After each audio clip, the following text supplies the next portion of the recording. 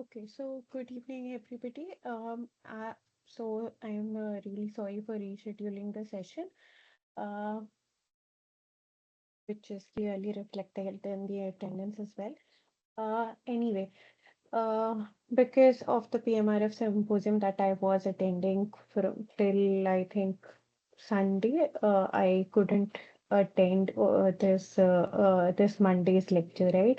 So that is why I had to reschedule it. Anyhow, now that we are here, we'll have two close by sessions. One will be today, and the other is scheduled for the coming Monday, 7 to 9, as is already listed, right? So, without further ado, maybe we can just begin with the session. First, we'll go through the previous year questions pertaining to week 7. So I'm sure everybody by now has even actually submitted this year's assignment for week 7. So we are a little late, but nonetheless, we'll be discussing this. Uh, yeah. The first question was, which tool was first used to study the functional state of brain in neurology, right? So was it the magnetic resonance imaging or MRI as we know it today, the electroencephalogram or EEG, computed tomography or CT or X-ray. So which out of these was the first tool that was used to study the functional state of the brain, right? So the correct answer for this is electroencephalogram, right? So what was done in case of this electroencephalogram, we will study, we'll see what is this instrument, what is the principle behind its use, and how we can actually use it, right? So, EEG is basically a non-invasive, relatively inexpensive method for assessing neurophysiological function that can be used to achieve this goal, right? So, relatively inexpensive pertaining to other techniques which are sophisticated and can image or look at the this functional state of the brain, right? We are not comparing it with, say, CBC or a glucose test, right? Not as inexpensive as that, but relatively inexpensive it is. Um, it measures the electrical activity of large, synchronously firing populations of neurons in the brain with the electrodes placed on the scalp. Right? So it is non-invasive. It is like a cap that you need to wear, and there is a fluid that is injected into it, which will conduct whatever signal it is getting from on top of from those electrodes being on top of the skull to the amplifier, which will then give you the actual signal, right? So it is not a it is more like a summative recording of the entire brain signal, right? A particular region's signal you will not get because there are multiple electrodes. Maybe you can get different recordings for each electrodes. That way you can then quantify it differently. But still, that particular electrode will give you a summated response of that particular region, right? So the principle behind this is that the electrodes are basically pasted onto the scalp. Now there are more sophisticated versions where and instead of placing them on the scalp itself, there is like a cap that you need to wear, which has these electrodes, right? So these are small metal discs with thin wires, right? So as you can see over here.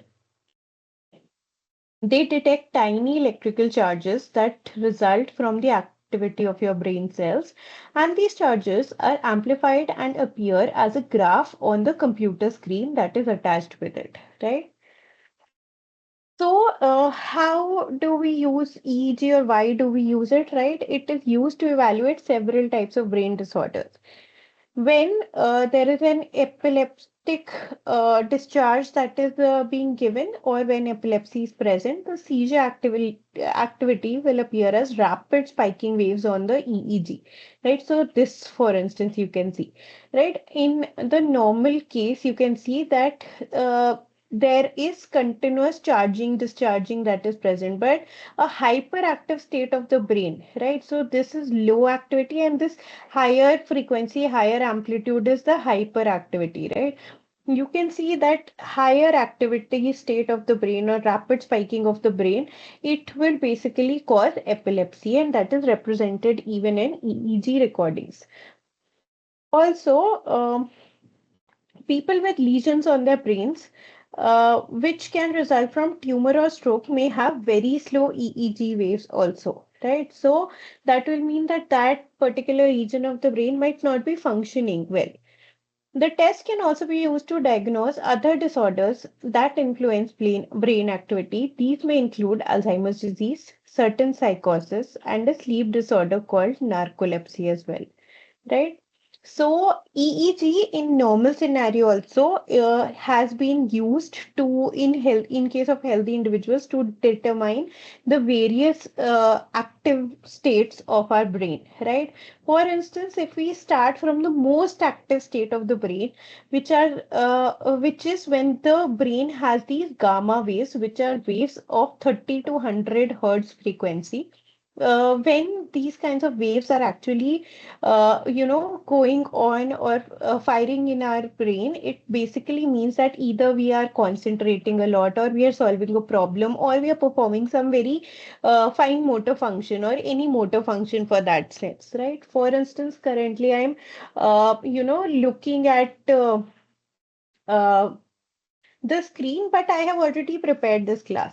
So it will not be super active, but maybe if I am giving an examination, that is when continuously, my brain is super alert and I am solving problems over there.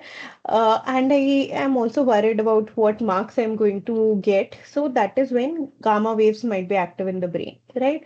Beta waves is what I think I might be feeling right, what might be going on right now in my brain, right? Like most of the thinking or cognitive related regions might be in this phase or this state, that is beta waves, which is basically from 12 hertz to 30 hertz frequency. In this case, there is normal waking state, concentration, focus, and five physical senses are also present, right? Why we say five physical senses are present? Because once we are asleep, not all five of our physical senses are actually working, right? For instance, smell doesn't work at that time, right? Your and vision doesn't work at that time, right? Then comes alpha waves, which are further slower waves. This is,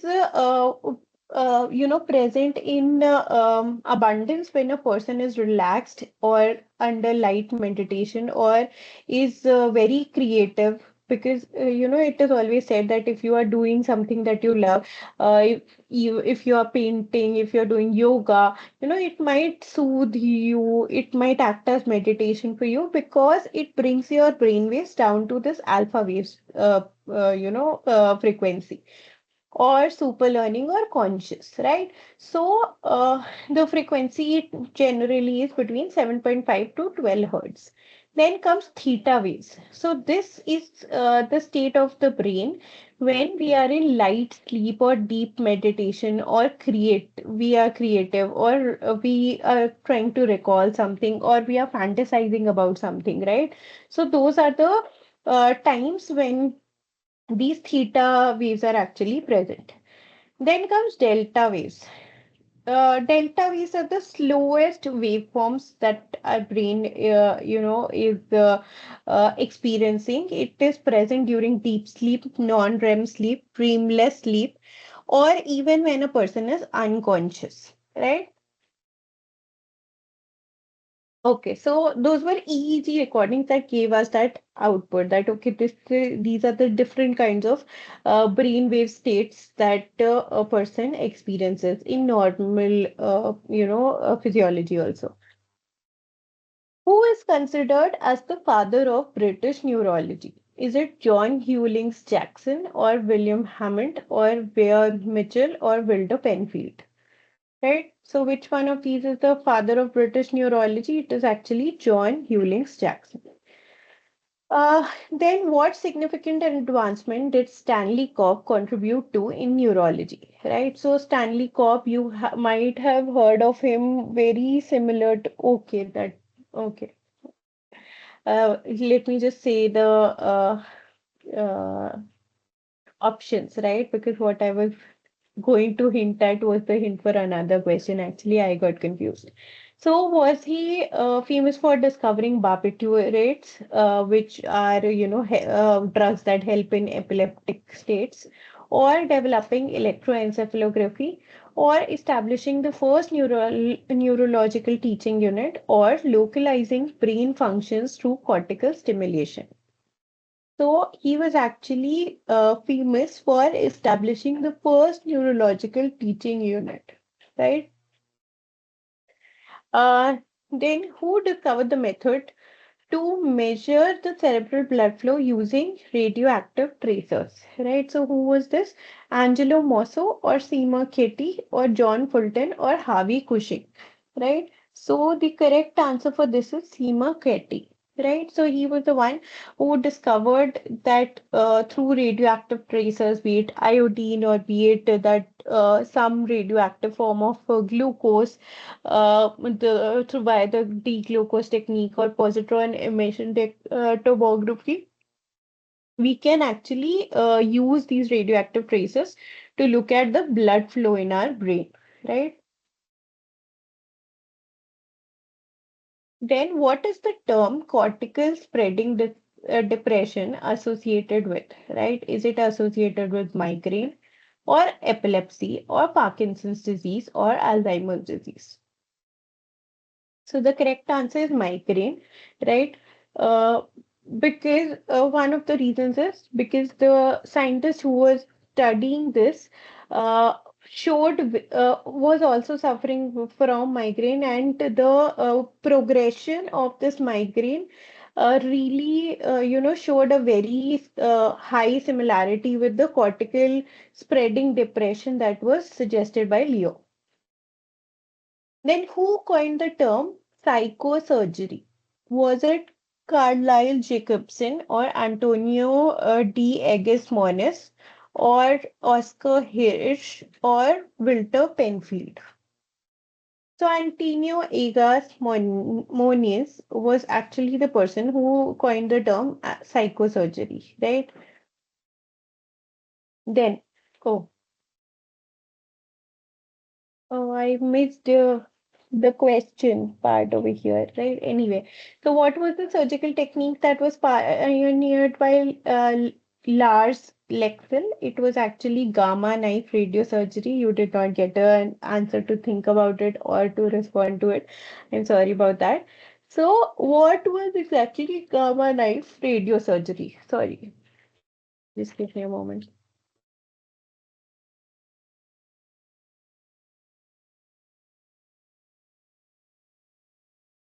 So, what was gamma knife radiosurgery? It is actually this kind of an instrument wherein there are gamma rays that are, released from this instrument to a particular point wherein a tumor or a lesion has already been identified, and there could be directed radiosurgery to that point that can be given right within this instrument. So, it is non-invasive and highly precise form of radiation therapy used to treat brain tumors, lesions, and certain neurological conditions without making surgical incisions in the brain at all, right?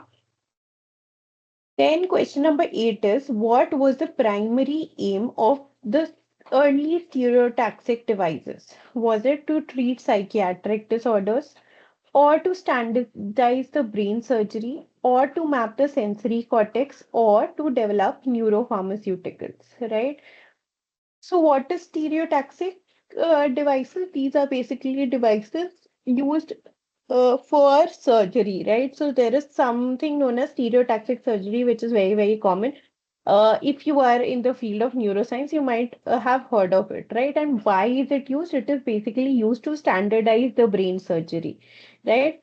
How it helps us is that if for instance, it helps us in creating that window in the skull, right? So there are the human brain atlas and the mice brain atlas, or whichever model you are working with, maybe their brain regions have already been mapped, right? So what it helps us with is that if, for instance, you find one region that, okay, this is the hippocampus of the uh, individual that I am, or this is the frontal lobe region of the individual that I am going to perform surgery on, right?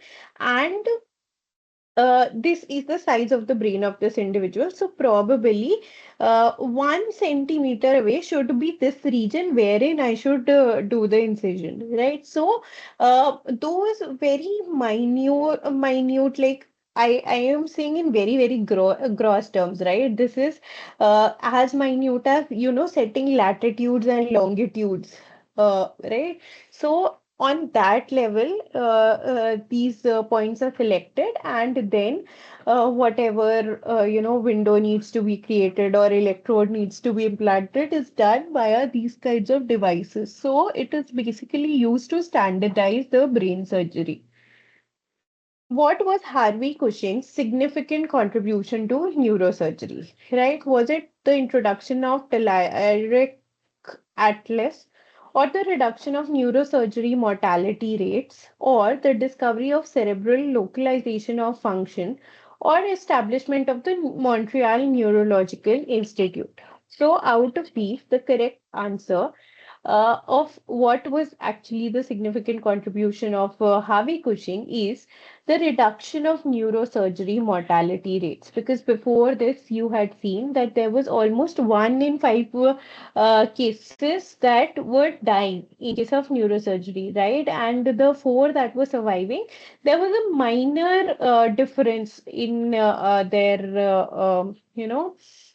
symptoms. So it was not drastic. So that is why Harvey Cushing actually introduced more sophisticated methods, due to which there was actually a reduction in neurosurgery mortality rates. Then the final question is, which neuroimaging technique overcame the limitations of pneumoencephalography, right? So was it positron emission tomography, or PET, or cerebral angiography, or magnetic resonance imaging MRI, or functional near infrared spectroscopy, or FNIRs, right? So the correct answer for this is PET, positron emission tomography.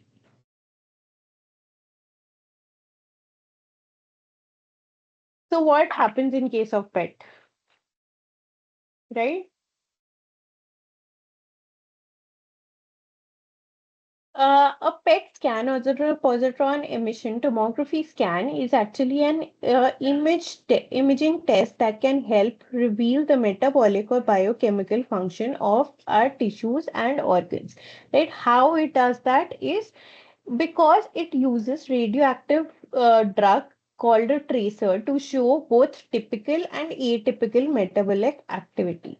For instance, if we take this instance, this example, this is a PET scanning machine, and this is a monitor attached to it, right?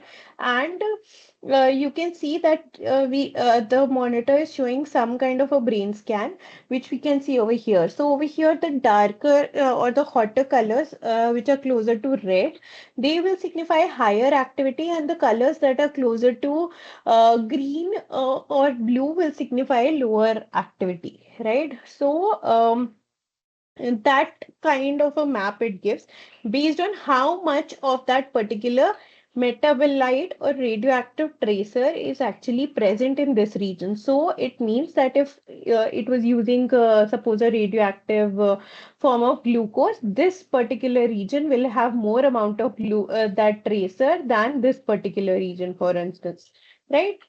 So, PET scan can often detect the atypical metabolism of the tracer in diseases before the diseases show up on other imaging tests, such as computerized tomography and magnetic resonance imaging. The principle of a PET scan involves the use of radioactive tracer called FDG over here, which is fluorodeoxyglucose, right? It is a radioactive form of glucose. A small amount of radioactive glucose is injected into a vein. The PET scanner takes a picture of where glucose is being used in the brain, right? As we saw in the previous example. For instance, the FTG accumulates within malignant cells because of the high rate of glucose metabolism, right? So we will know that this is a region and it doesn't look like that on the contralateral side of the brain, right? So yeah, but this part of the brain shows this high activity. So it has to be something, some kind of a lesion or some kind of a tumor over here because it is utilizing so much of the glucose that is going into the brain, right? Also, again, it has been used to map out uh, dif different kinds of activities in different regions of the brain. For instance, when the brain is in resting state, right? This is what the um, brain looks like, right? There is glucose that is being used actively, but it is only maybe to maintain the essential, functioning of our body. But when there is language and music that the brain is listening and perceiving and making sense of, then these are the regions that light up. When it is only language, the regions that light up are very similar to this, except for the this right side, brain that is not that active, right? Similar to it is the case of music, wherein the right side is more active than the left side, right? So these kinds of maps and these kinds of information about which regions are more sensitive to which kind of an information or stimulus has also been derived from various, PET scans in normal individuals as well. So again, this is what I was saying, that this color represents very high activity. As we go lower into yellow, it represents high activity. Green represents medium activity. Blue over here is representing low activity, and uh, purple is representing the least activity or no activity at all, right? So that is the end of the first part of the presentation where we were discussing the previous year questions. For the second part of the presentation, actually, what I have prepared is, uh, yeah, for this part of the presentation, what I have actually prepared is to talk about learning and memory, right? So, although we are not covering the entire unit about learning and memory as of now, but we are, as I said, in that continuation that we are going on, till last week, we have finished discussing about various brain regions, and post that we had discussed about various kinds of senses, the modalities that are associated with those senses. Today, what we are beginning to learn is about learning and memory and how that is, how memories are getting formed, how we are learning things, right? So that is what we are going to look at today. So before we begin this, I think we'll have around 1 hour more for this part, right? Before we actually begin it, please allow me to have a few minutes.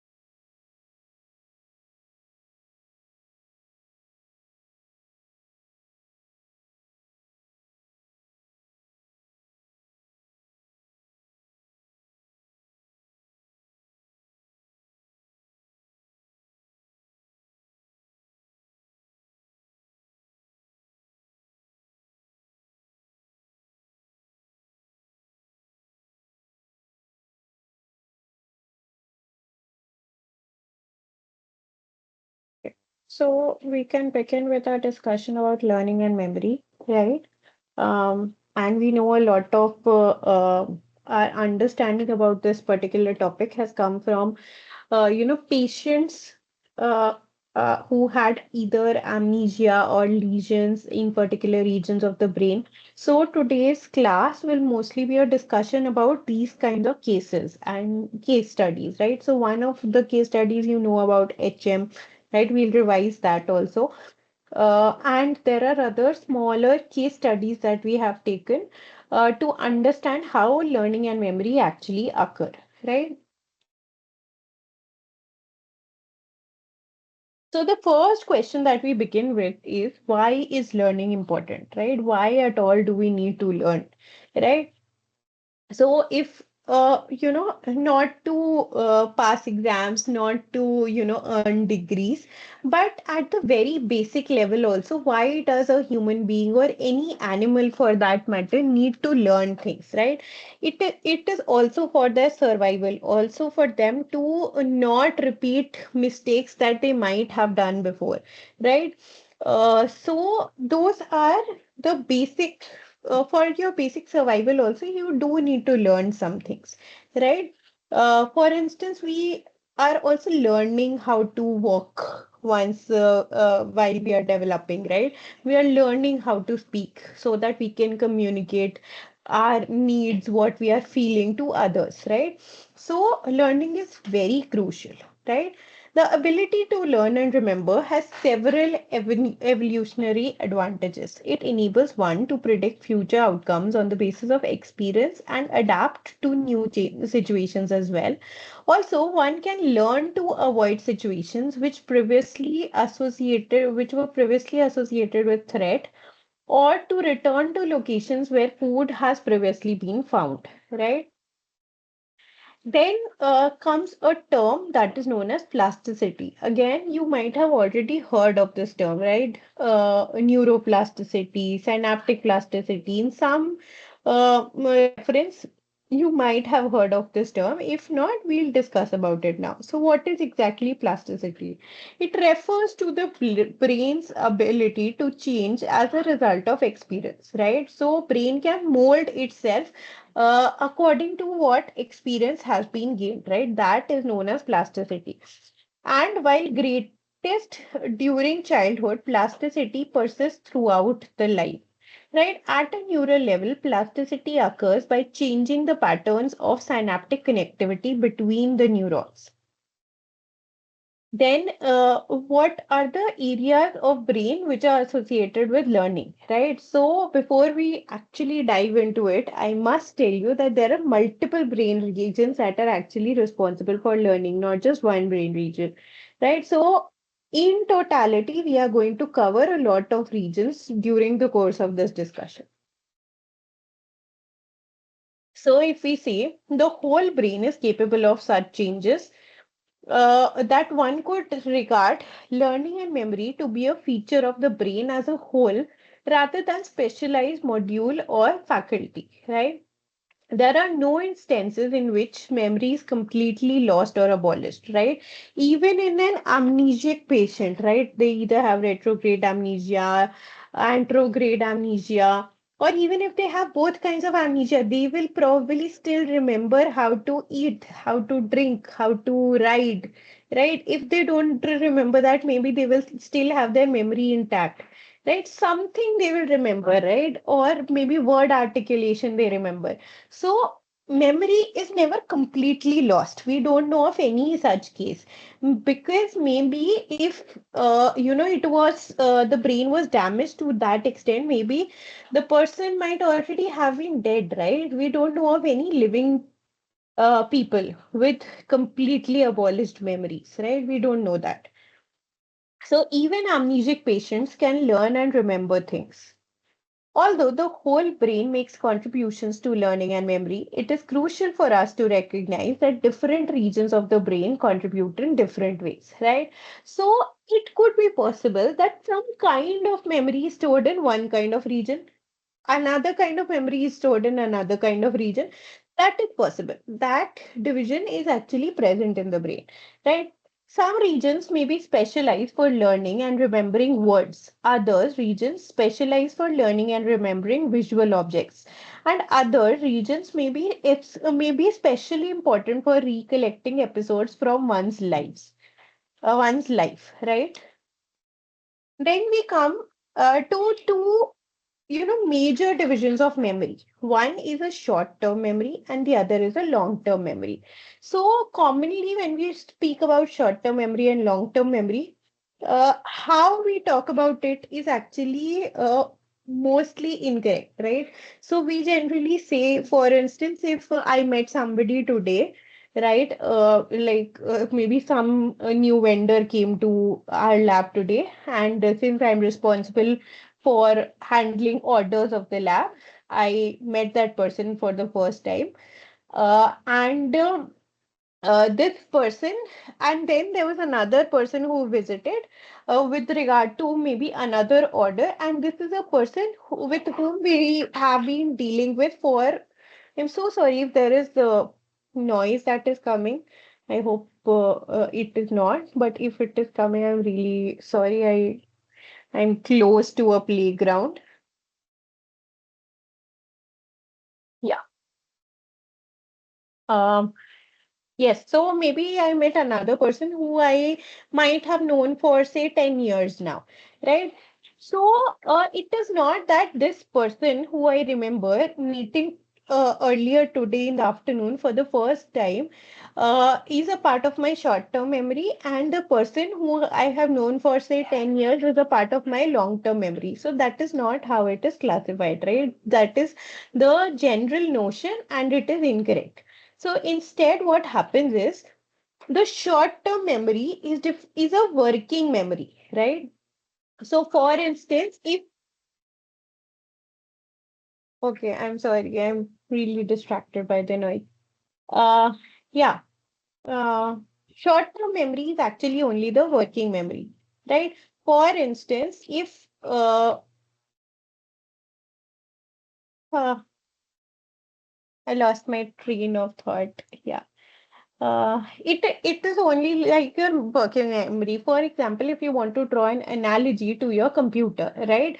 So what is the working memory of the computer? It is the RAM, right? So RAM is only having things on it on a short term basis, right? If you shut the computer down, if you turn it on again, and if you had not stored what was already there in your RAM, right, it would have been lost. So there was a working memory that was there, but if it is not converted into the long term storage or long term memory, then that information is lost, right? For instance, why we require short term memory is, for instance, I have to copy some number from one page to the next page, right? So I am seeing that number, and I'm taking 4 or 5 digits at a time, and I am trying to copy it on another page, right? So over here I read like 1 2 3 4 5. Over here I write 1 2 3 4 5. The next four words, for instance, next four letters that I read is 8998.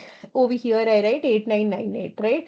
So for a few seconds I will remember, for a few minutes also maybe I will remember that what I was writing from here to here was 1 2 3 4 5 8 9 9 8. Over here I have written 1 2 3 4 5 8 9 9 8, right? And this will remain in my working memory until my working memory is diverted into some other process, right?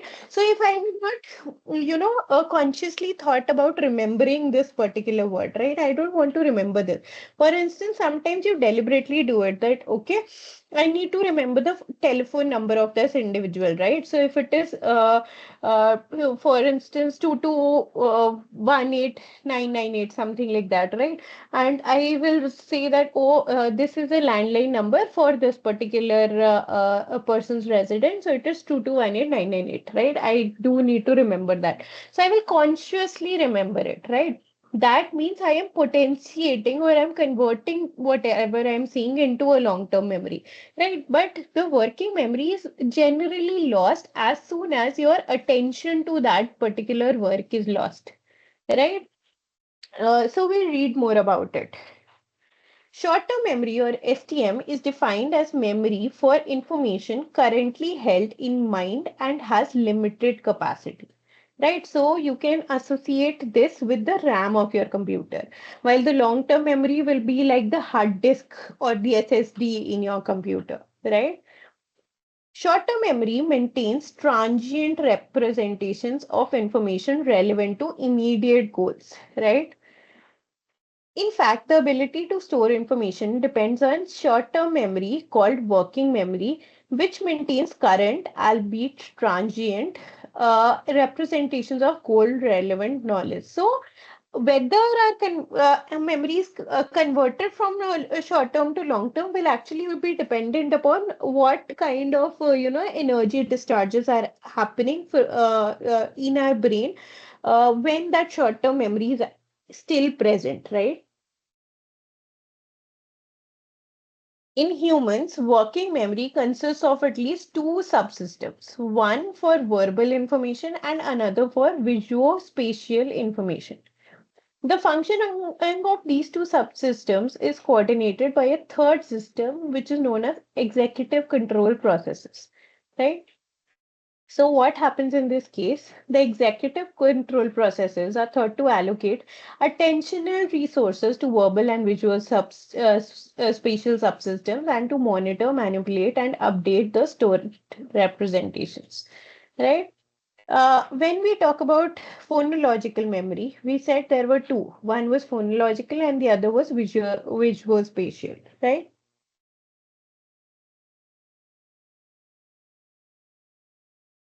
So, for instance, if we talk about the phonological memory, we use the verbal subsystem when we attempt to keep speech-based or phonological information in conscious awareness, as when we mentally rehearse a phone number just obtained from an operator, like I was just doing, right? The verbal subsystem consists of two interactive components, a store that represents phonological knowledge and rehearsal mechanism that keeps these representations active while we need them, right? So, because there have been multiple studies that have been done now. So, through neuropsychological as well as neuroimaging data that has been obtained, it indicates that phonological storage depends on posterior parietal cortices, somewhere over here, and rehearsal partially depends on articulatory processes in the Broca's area, right? The Broca's area we have studied earlier when we were looking at Broca's and Wernicke's area is required for speech articulation, right? What we are seeing over here is that when even in that split second when we are trying to say remember a phone number 2218998, right? So I am seeing that on one place and I need to copy it on another place. But once I see it, maybe that will not help me remember it even in the short term or keep it in the RAM of my brain also, right? So once I see it, I need to maybe repeat it once so that I will remember it even for that those few seconds that I have to write it down in, right? So that repetition is what is known as rehearsal over here, right?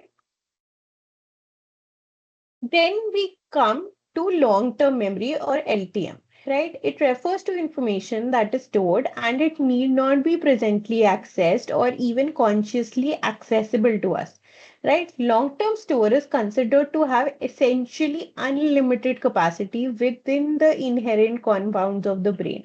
So it we don't know how much capacity is there in our long-term storage, right? We don't know whether the older information will get rewritten if we exceed that capacity, or whether we can even, whether it is humanly possible to even come close to touching that capacity limit, right? We don't know that.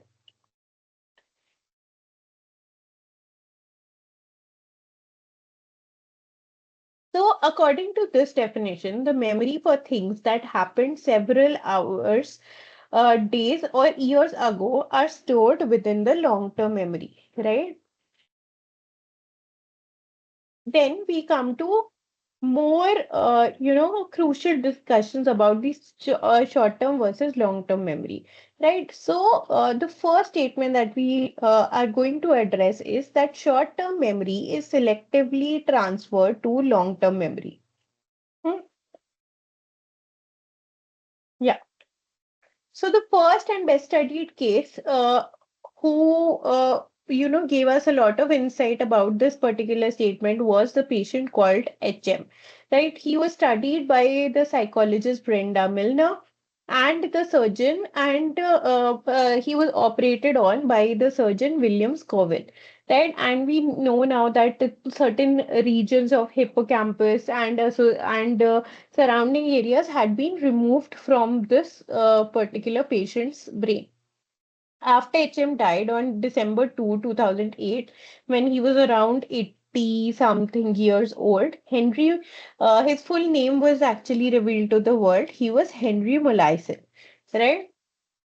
When he was a 27-year-old man, he had already suffered for more than 10 years from an untreatable temporal lobe epilepsy, which was caused by a head trauma that he had sustained at the age of 7 years in a bicycle accident. Right? As an adult, the seizures rendered him unable to work or even lead a normal life, which is why he chose to get it resected or removed through surgery. Right? So, at surgery, Scoville removed the hippocampal formation, the amygdala over here, hippocampal formation, amygdala, and parts of the multimodal association area of the temporal cortex bilaterally, right? Meaning from both sides of the brain, it was removed. After the surgery, HM's seizures were better controlled, but he was left with a devastating memory deficit or amnesia, right? He still had normal working memory for seconds or minutes, indicating that the medial temporal lobe is not necessary for this transient memory process. Right? He also had long-term memory for events that had occurred before the operation. So he remembered, for instance, who he was. He remembered people who had come into his life, before the surgery had been done. In addition, he retained a command of language, including his vocabulary, indicating that semantic memory was also preserved. We will soon read what semantic memory is, right? His IQ also remained unchanged in range of bright to normal, right? So all these things were okay. But what was the major flaw that he had? What he now lacked, and lacked dramatically, was the ability to transfer new information from working memory into long-term memory, right? He was unable to retain for lengthy periods information about people, places, or objects that he had just encountered, right? When he was asked to remember a new telephone number, HM could repeat it immediately for seconds to minutes. So this is his working memory or short-term memory. Because of his intact working memory, but when distracted, even briefly, he forgot the number.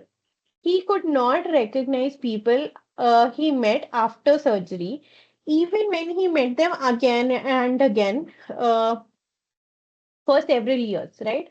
For several years, he saw Milner every month. This is Brenda Milner. Yet each time she entered the room, he reacted as though he had never seen her before, right? HM is a historic case because his deficit provided the first clear link between memory and the medial temporal lobe, including the hippocampus itself. Clinical evidence from several patients as well as data from experimental animals suggests that a lesion restricted to any part of the major components of the system can have a significant effect on long-term memory. For example, Larry Squire, David Amaral, and their colleagues found that the patient RB, another patient over here, had only one detectable lesion after a cardiac arrest. which basically caused destruction of pyramidal cells in the CA1 region of hippocampus. So there are multiple regions of hippocampus, CA1, 2, 3, and that V region, right? In that, out of that CA1 region, in that particular region, the pyramidal cells, which are characteristic of hippocampus, had been destroyed after this lesion was present there, right? Nevertheless, the memory deficits in case of this patient RB were qualitatively similar to those of HM, right? So, qualitatively meaning it, he also had the problem with long-term memory. He also had problem in, remembering people he had just met, although quantitatively it was much milder, right? It was not as severe as in case of patient HM, right? Because in this, it was not on both parts of the brain, it was not contralateral, it was one lesion in one particular region of hippocampus, not even in the entire hippocampus. So, damage to perirhinal cortex that spares the underlying hippocampus produces a greater deficit in object recognition than do selective lesions of hippocampus that spare the overlying cortex, right? So it might mean that this perirhinal cortex is more associated to object recognition and those kinds of functions, right? One second.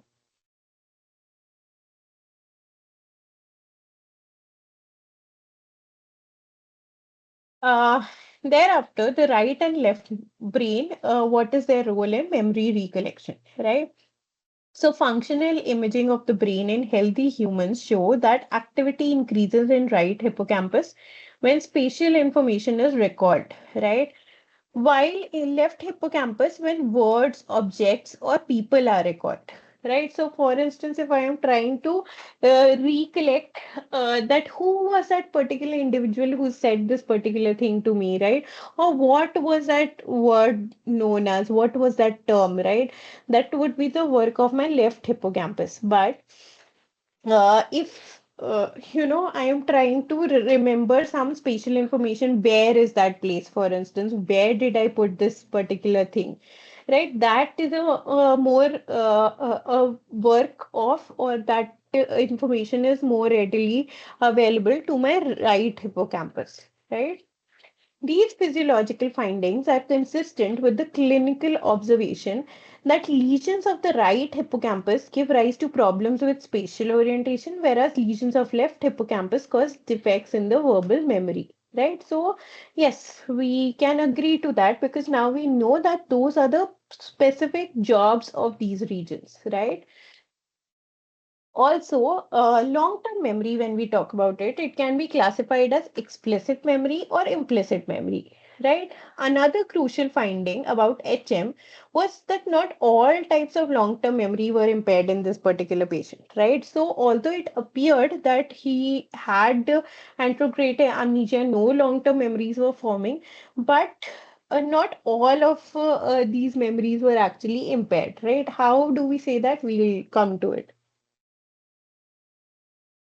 So even though HM and other patients with damage to the medial temporal lobe had profound memory deficits, they were able to form and retain certain types of durable memory, such as healthy subjects, right? As well as healthier subjects. For instance, HM learned to draw outlines of star by looking at the star and his hand in the mirror, right? For instance, this experiment was done, right?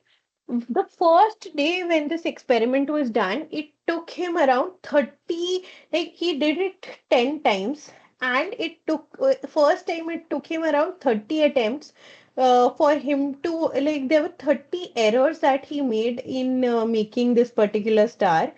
But by the 10th experiment, he made only 10, less than 10 errors, right?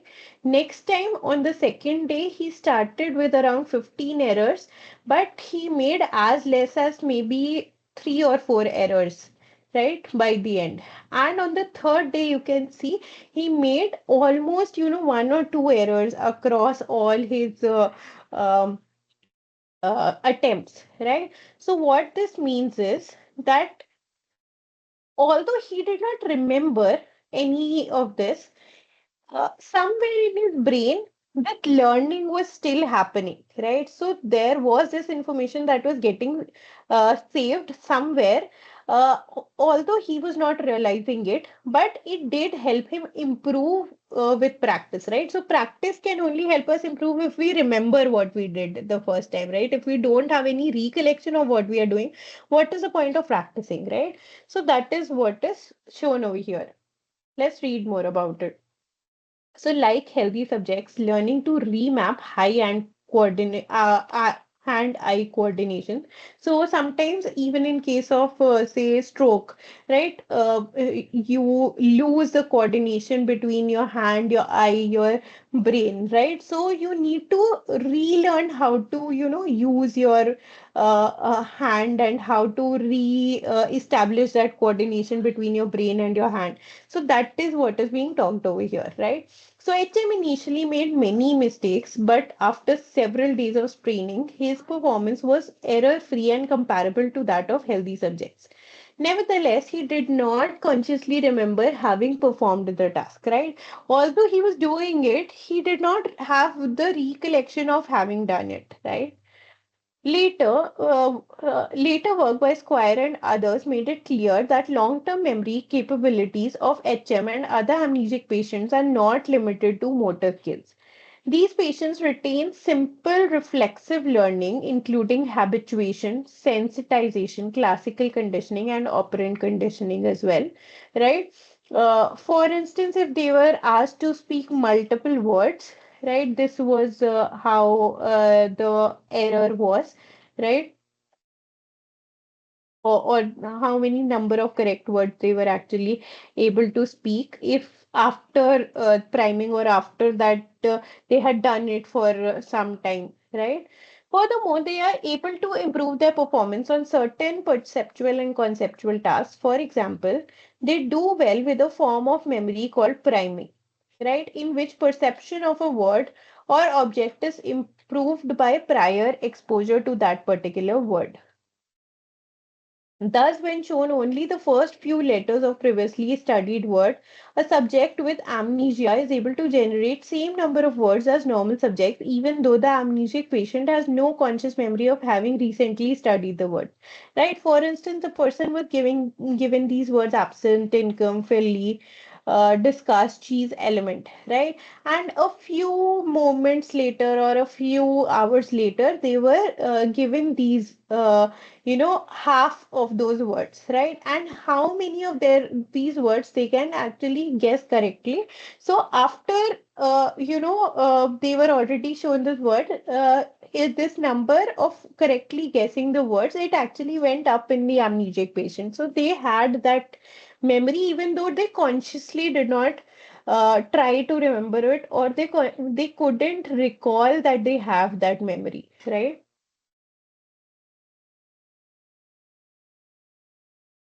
So it is a very interesting topic actually. Cognitive psychologists Peter Graf and Daniel Shatter examined healthy subjects and found two types of long-term memories that differed in whether conscious awareness was required for the recall or not, right? So first type of memory was known as implicit memory, and the other type that we'll be studying is the explicit memory.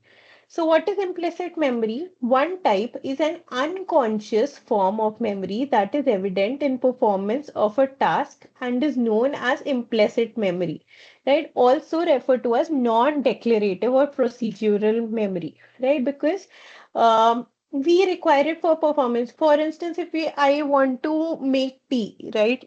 I will not consciously begin to remember how is tea made, right? I have done it multiple number of times. I'll just pick up stuff and I'll start making tea. I'll not consciously think about, okay, this should be over here, this much of this should be added. Maybe I'll give it a thought, but I'll not consciously be thinking about it, right? Implicit memory is typically manifested in an automatic manner with little conscious processing or on part of the subject.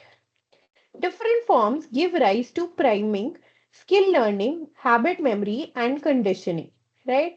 Implicit memory is tightly connected to the original conditions under which the learning actually occurred. Then comes explicit memory. This is the other type, uh, and it is deliberate or conscious retrieval of previous experiences as well as conscious recall of factual knowledge about people, places, and things. This type is known as explicit memory or declarative memory. Explicit memory is highly flexible. Multiple pieces of information can be associated under different circumstances in these memories, right? So, explicit memory, when we talk about it, has further subtypes. It has episodic and semantic forms of memory. The Canadian psychologist Endel Tulving first developed the idea that explicit memory can be further classified into episodic memory, which is a memory of personal experiences or autobiographical memory, and semantic memory, which is memory for facts, right? So, some facts we will remember. The episodic memory is used to recall that we saw the first flowers of spring yesterday or that we heard Beethoven's Moonlight Sonata several months ago, right? But semantic memory is used to learn the meanings of new words or concepts, right? For instance, if you will learn the principle of something, right? If you understand that is why it is said. If you understand the logic behind something, or if you understand the principles behind something, it will by default go to your semantic memory, right? You will not have to consciously, recall it. You'll know about it, right? The medial temporal lobe plays a critical role in both episodic and semantic memory, as is evident in the patients like HM who have difficulties in forming and retaining new conscious memories of their personal experiences or meanings of new concepts as well. We have learned two additional important things about explicit memories, right?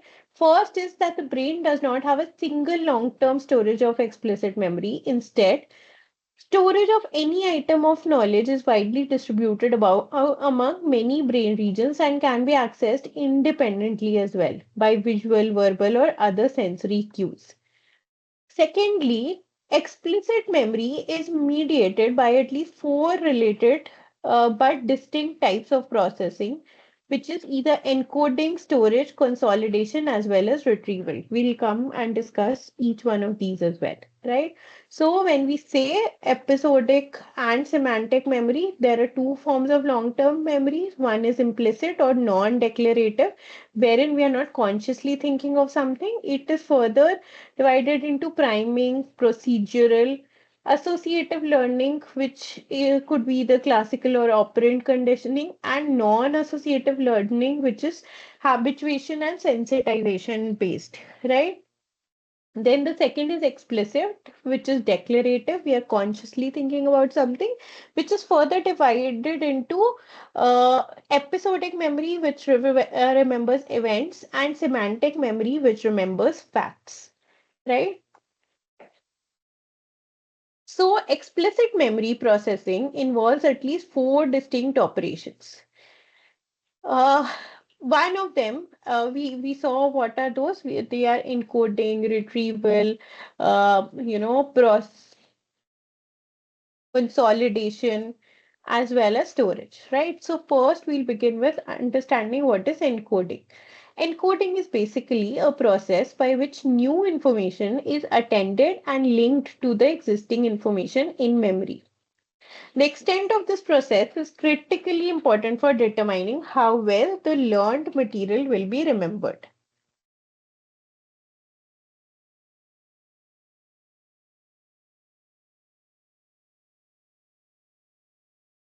For a memory to persist and be well remembered, the incoming information must be encoded thoroughly.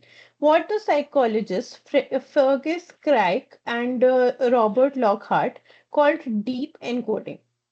This is accomplished by attending to the information and associating it with the knowledge that is already well established in memory. And memory encoding is also stronger when one is well motivated to remember something, right? Then comes storage. It refers to the neural mechanisms and sites by which memory is retained over time, right?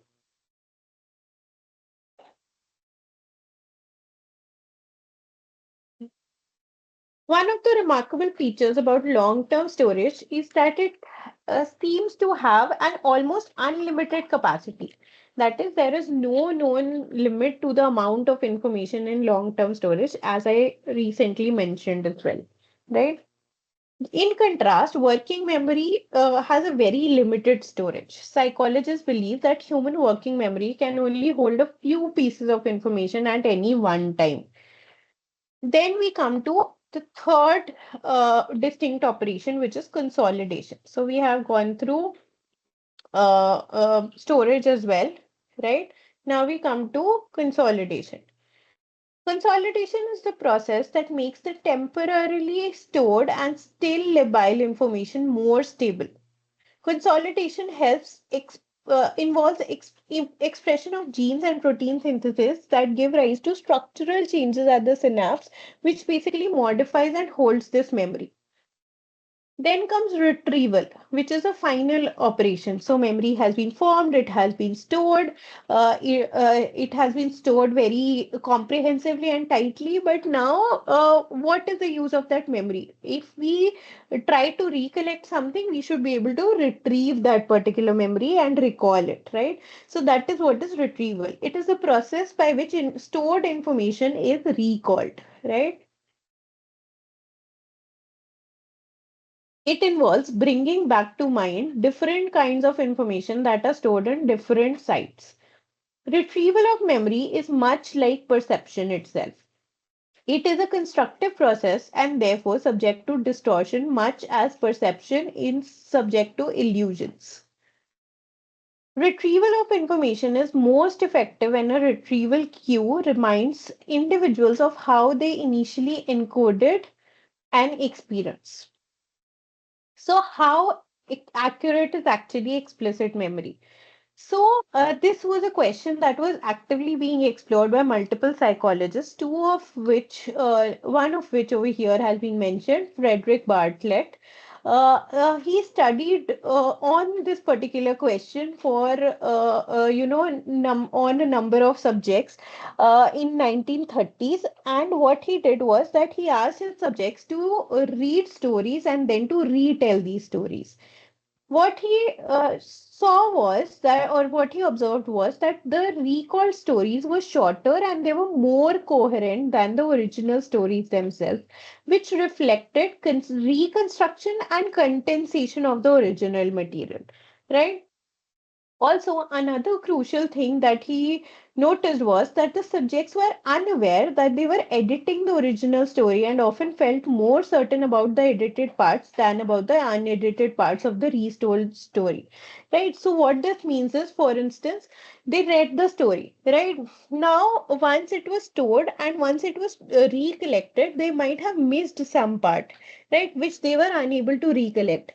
And now to make sense of the story without that missing part, without having recollected that missing part, they will probably, they are not doing it consciously. Their mind will probably fabricate something that will make sense of these two bigger parts that they remember, right? It will help connect these two parts, right? So those kinds of editing people were doing in the story, and they were not realizing that they had actually edited the original story themselves. They would not consciously remember that, or they would not know about it. They were pretty sure that this edited part was there in the original story. That is what it means, right?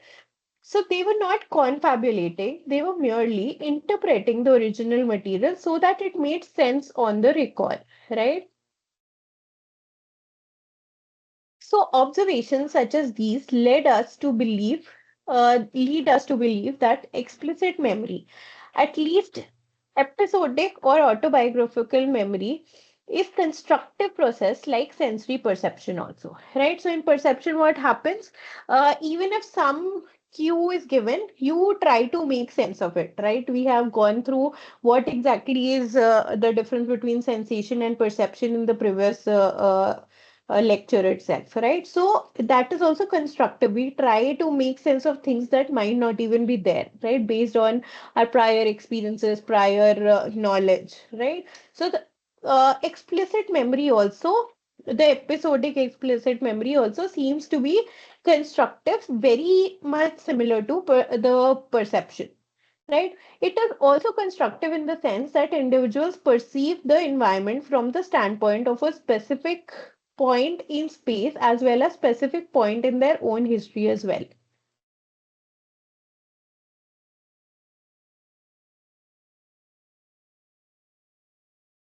Once the information is stored, recall is not an exact copy of the information that is stored.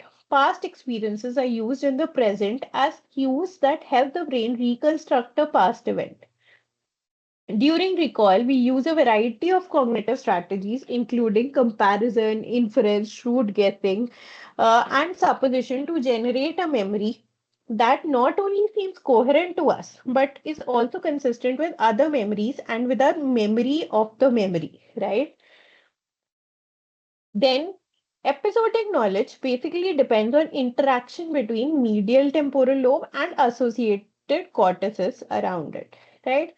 So, through PET and fMRI, uh, it we have known or it has allowed us to scan the healthy brain in process of building new memories or retrieving existing memories, and thus to identify specific regions that are active during different processes. So,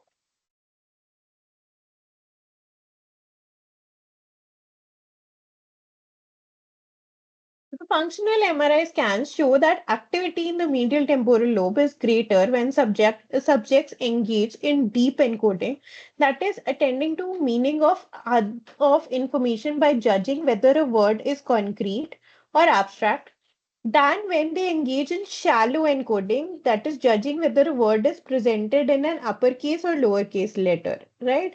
So, just to make you understand, when you are thinking about something that is more critical than maybe just looking at the formatting of two different things and very observing it on a very shallow level, that is the difference between deep encoding and shallow encoding.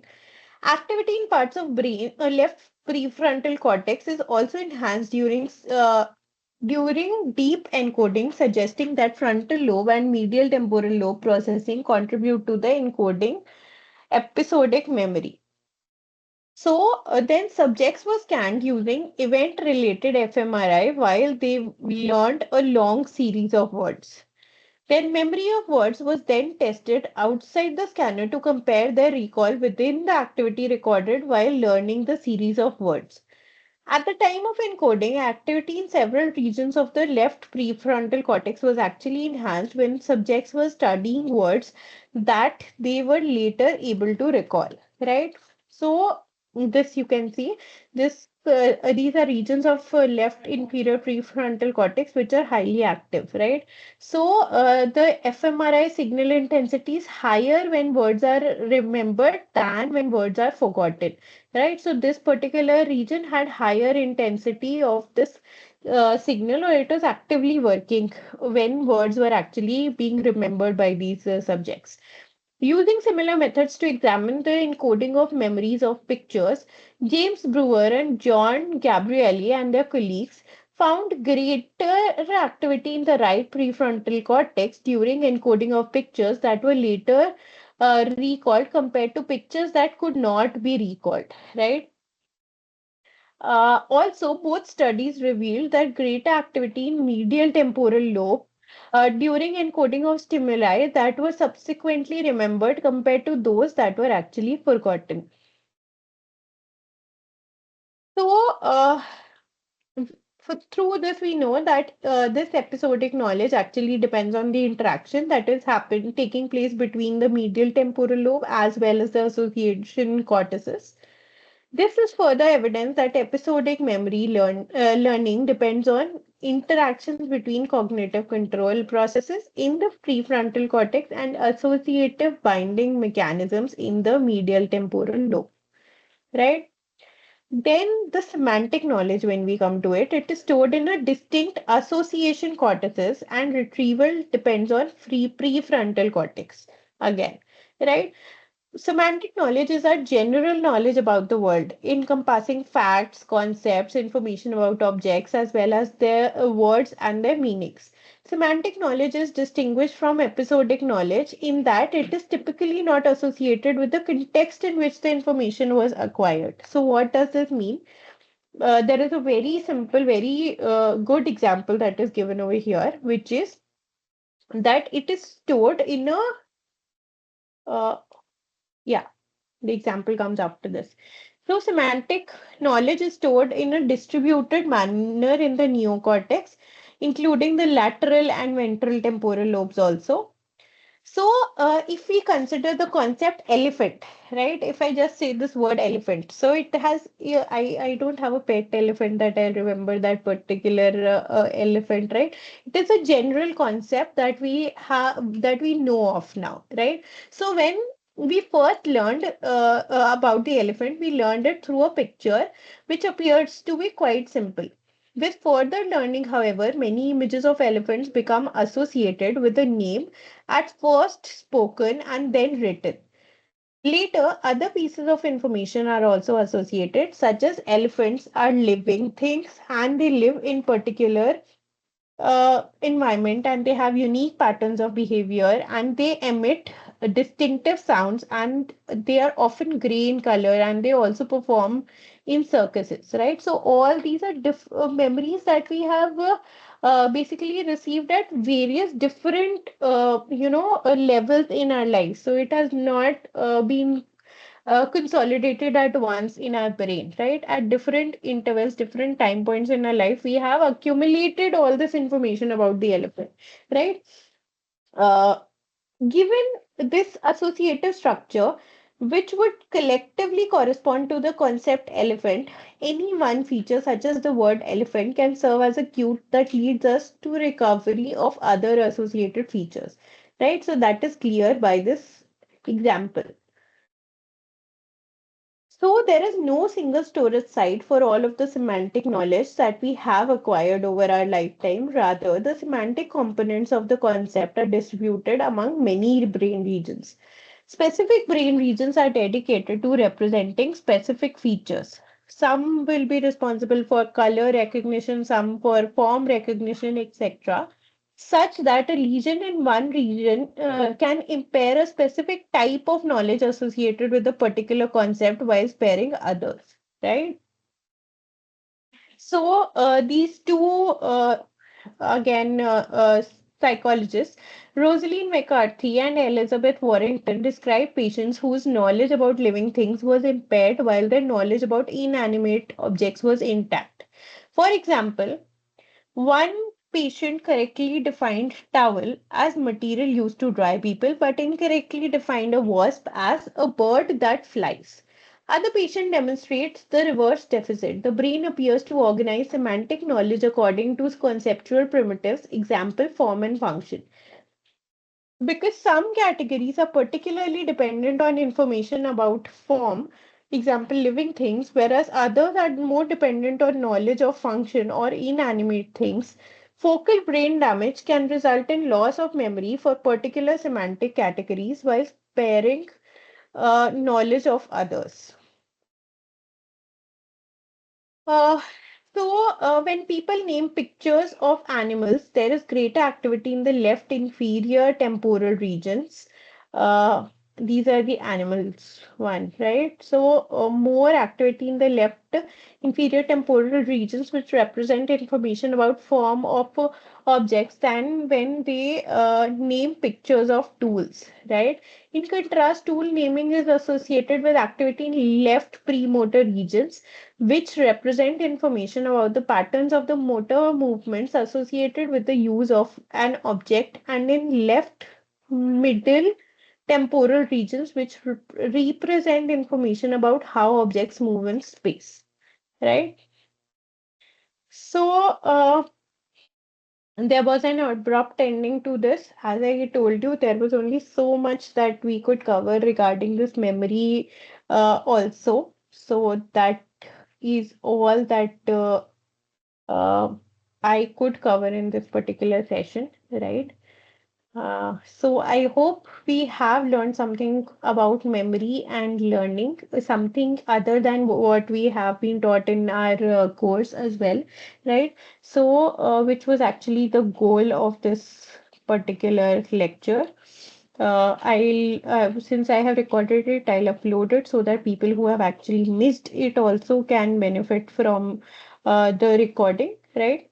So if there are any questions, any doubts, please feel free to ask.